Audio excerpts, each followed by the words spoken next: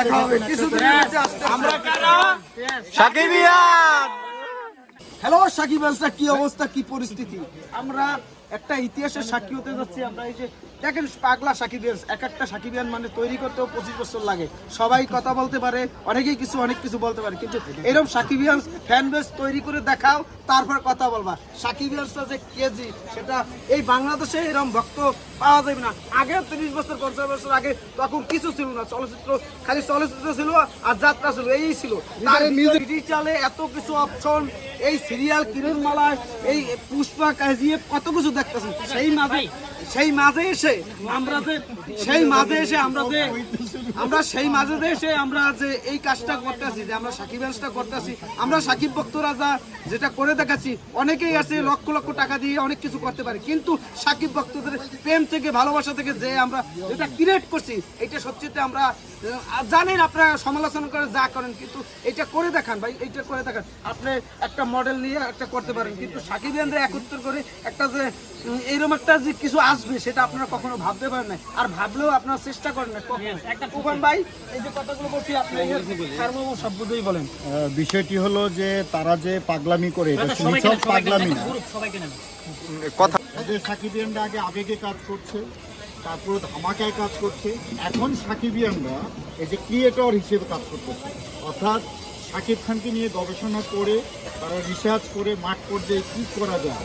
যারা নিন্দুকেরা আছেন তারা প্রতিদিন ললিপপ চুষেন আর সাকিবিয়ানদের নিয়ে সমালোচনা করেন, শাকিব খানকে নিয়ে সমালোচনা করেন। তাদের দাঁত ভাঙ্গা জবাব দেওয়ার জন্য এজ এ প্রডিউসার বলেন, পরিচালক বলেন, এই সাকিবিয়ানদের জায়গা থেকে রেডি হচ্ছে। একদিন বাংলা ফিল্মকে সাকিবিয়ানদের বাঁচিয়ে রাখবে শাকিব খানকে মাথার তাজ করে। ইতিহাসে নাম লেখা থাকবে the global megastar Shakib Khan, যেটা সোনার অক্ষরে। এই সাকিবিয়ানরাই সেটা লালন এবং ধারণ পালন করে যাবে। এবং শাকিব খানের জন্য খুব শীঘ্রই বাংলাদেশে একটি আলাদা ফিল্ম ইনস্টিটিউট হওয়া দরকার বলে আমরা মনে করি, এবং এটা এক দফা এক দাবি, এটা হওয়া দরকার। বাংলাদেশের চলচ্চিত্র অঙ্গনকে টিকিয়ে রাখতে হলে শাকিব খানের কোনো বিকল্প নেই। তার সঙ্গে সাকিবিয়ানরা আছে। তামিম ভাই কিছু করবেন না?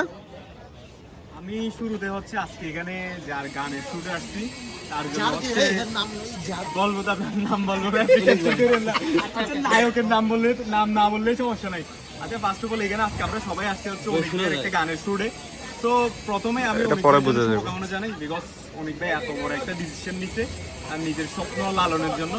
অনিক ভাইয়ের জন্য অবশ্যই শুভকামনা থাকবে। এবং এখানে আপনারা যারা সাকিবিয়ানদের দেখতে পাচ্ছেন, তারা কিন্তু দিন শেষে কিন্তু তারাই সফল, বিকজ গত কয়েকদিন থেকে আমরা এটা প্রচার করতেছি একটা গানের শুট হবে। এখানে দেখেন আজকে আসি কয়জন আমরা। তো আরো বলো যে এরপরেও হ্যাঁ, এটা তো অবশ্যই সাকিবিয়ানরাই থাকবে। একটা কথা কি জানেন, আপনি অনলাইনে অনেক কিছু বলতে পারবেন, কিন্তু মাঠ করবে কাটতে অনেক টাফ। যেমন আমি হচ্ছে সকালে ঘুম থেকে উঠে আসতে পারছি দিন আগে, কিন্তু এখানে আসতে। তো দিন শেষে শুভকামনা যেন অনেক ভাইয়ের জন্য, এবং এরপরে হচ্ছে অনেক ধামাকা আসবে, আপনারা সবাই সাথে থাকবে। না, একটি ব্যাপার হচ্ছে কি, অনেক ভাই হচ্ছে আমাকে ফোন দেয়, তো আমি গ্রামে ছিলাম বলাতে, ফোন দিয়ে বলো যে সোহাগ আসো, তো একটা শুট আছে। আগে বলে রাখছিল যে তোমরা সবাই হচ্ছে সাকিবিয়ান সবাই থাকবে এখানে।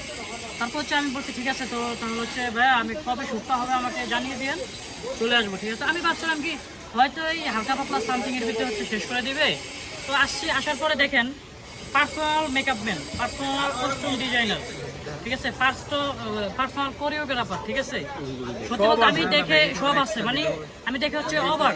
একটা প্রফেশনাল মুভিতে যেগুলো নেওয়া হয় সেম, একদম সেম হচ্ছে ইনভেস্ট করে এখানে গানটা হচ্ছে ভালোভাবে শুট করা হচ্ছে। এটাই আমার কাছে সত্যি বলতে অনেক ভালো লাগছে। ঠিক আছে, আমি সার্থক যে আমি ভোলা থেকে এসে সার্থক যে এত সুন্দর করে হচ্ছে অ্যারেঞ্জমেন্ট সব কিছুকে খুব ভালো লাগতেছে আমার।